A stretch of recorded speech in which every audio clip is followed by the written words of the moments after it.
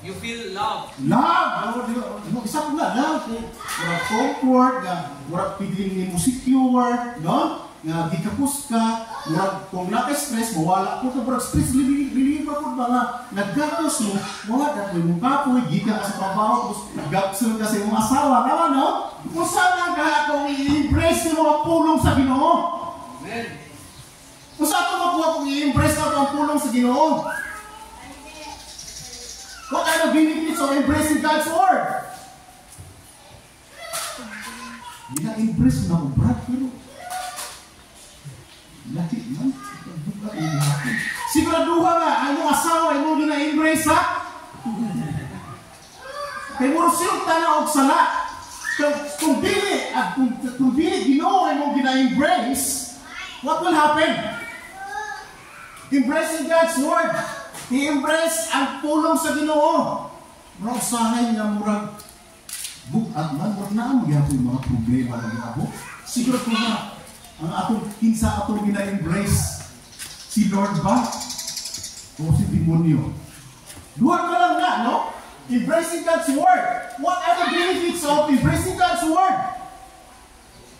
Una, life. Kinabuhi. And this is the promise of God to Moses. Joshua. Muna gipili ni sa Ginoo kay Joshua, namatay naman si Moses, no?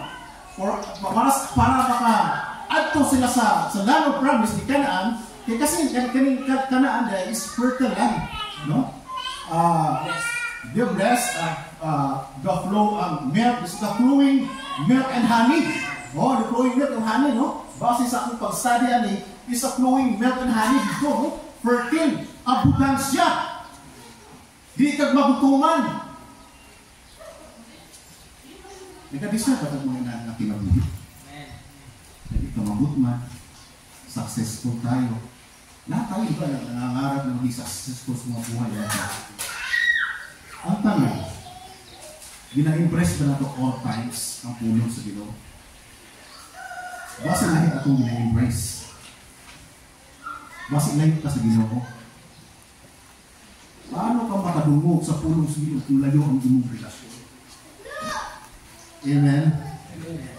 Paano ka makadungog sa instruction sa Ginoo kung layo ka mo? Siyempre, kailangan mo maging malapit sa Kanya para madungog din mo ang instruction sa Ginoo. Kaya itong ginawa ni Joshua. Kung wala naminaw si Joshua sa instruction sa Ginoo, maabot ba nila ang Land of Promise? Bago nag-abot sila sa Land of Promise, napay Jericho. Tama ba? Napay Jericho. Problema na si Joshua. Kung saan? Alam mo ba ang Panginoon ay nagbibigay ng detailed information? Detailado na, di pataka o dasmag. Kung saan sa ito, kay pataka na natagdasmag, mo na nga, mapakyas na kay pataka na natagdasmag, kaya dahil atong ginapaminawan. Kaya atong ginapaminawan, ang atong kagalingon, bili ang Ginoo. Amen?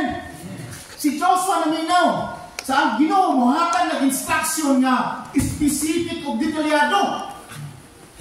Kung layo, kung relasyon, di mo na madunggan, o di mo na maintindihan kung layo ang inyong relasyon. Amen? Amen! Paano? Anong ginawa ni Joshua?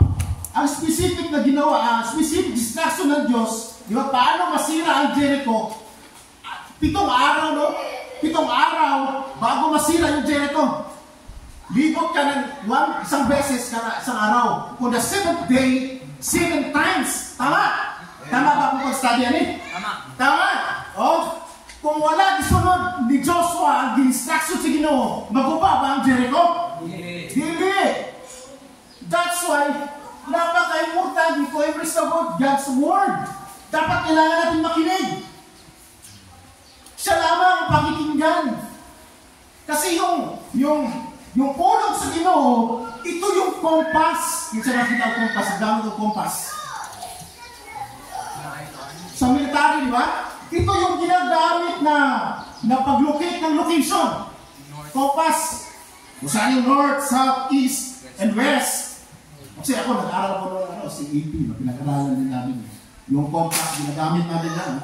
Officer na ako noon sa CAP. kasi yung God's Word, ito yung nagbibigay.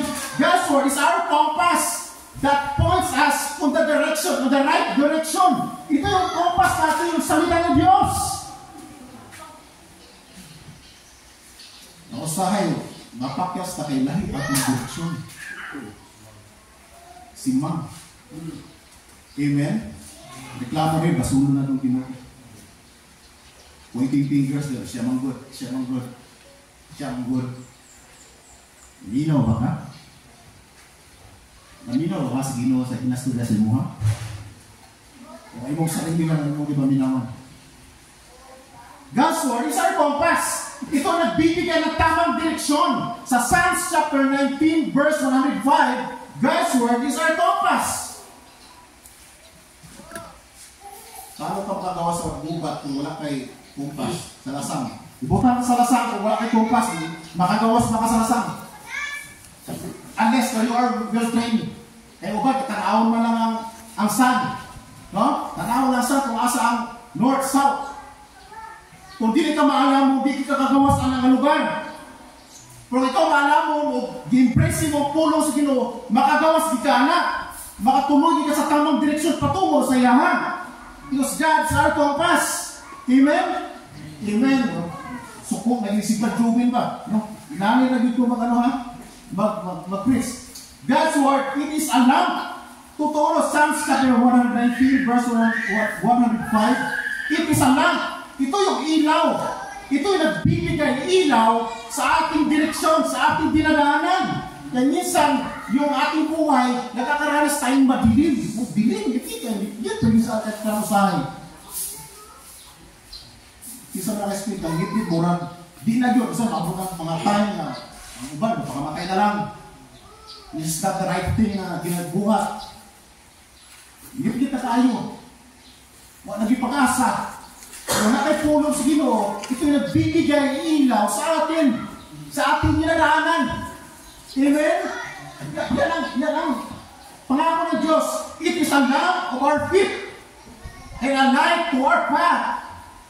Nagbibigay ilaw sa ating mga dinadaanan.